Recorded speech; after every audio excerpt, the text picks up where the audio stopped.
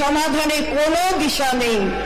স্পষ্টভাবে জনবিরোধী এই কেন্দ্রীয় বাজেটে গত বছরের সংশোধিত বরাদ্দের তুলনায় আগামী বছরের বাজেটে খাদ্য ভর্তুকি 3.3% কমেছে, সারের উপর ভর্তুকি 13% কমেছে এবং খাদ্যশস্য পরিবহনের জন্য বাজেট বরাদ্দ 17% কমেছে, যা কেন্দ্রীয় সরকারের গরিব বিরোধী নীতিকে প্রমাণ করে।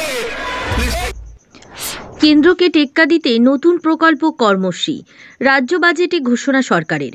বিধানসভায় পেশ করা শুরু হলো রাজ্য বাজেট। ঠিক দুপুর 3টের সময় বাজেট পেশ শুরু করল রাজ্য অর্থমন্ত্রী চন্দ্রিমা ভট্টাচার্য। লোকসভা ভোটের কথা মাথায় রেখে কেন্দ্রকে টেক্কা দিতে রাজ্যে ঘোষণা হলো কর্মসূচি।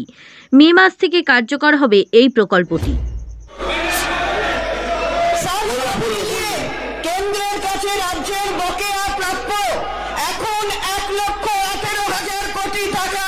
কেন্দ্রীয় সরকারের এই নজিরবিহীন চূড়ান্ত পক্ষপাতমূলক বরাবর সব সীমা ছাড়িয়ে গেছে। বাজেট ঘোষণা শুরুর মুখে কেন্দ্রীয় বাজেট জনবিরোধী। উল্লেখ্য, রাজ্য বাজেটের ভাষণে সঙ্গে সঙ্গে হট্টগোল শুরু হলো বিজেপি। আমি সব বুঝি শুভেন্দু বাবু, আপনি প্লিজ টেক ইউর সিট। আপনি একজন রেসপন্সিবল বিরোধী দলের নেতা, আপনি বসুন। এই ধরনের আচরণ লোকসভাতে হয়নি, কোন রাজ্যসভা বিধানসভাতে হয়নি। প্লিজ বসুন। আপনি তাকে চুপ করার আবেদন স্পিকারের। ব্যুরো রিপোর্ট, জেলার বার্তা। পাতিবুনিয়ার সমুদ্র সৈকতের রিসর্ট বালুচর, থাকা খাওয়ার সুব্যবস্থা রয়েছে, গ্রাম্য পরিবেশ। পাতিবুনিয়ার জঙ্গলে রয়েছে বুনো শূকর হরিণ। দীঘা বকখালি মৌসুমি নয়, এবার আসুন পাতিবুনিয়ার রিসর্ট বালুচরে। সুর ভবন, দেশি ও বিদেশি বাদ্যযন্ত্রের বিশ্বস্ত প্রতিষ্ঠান।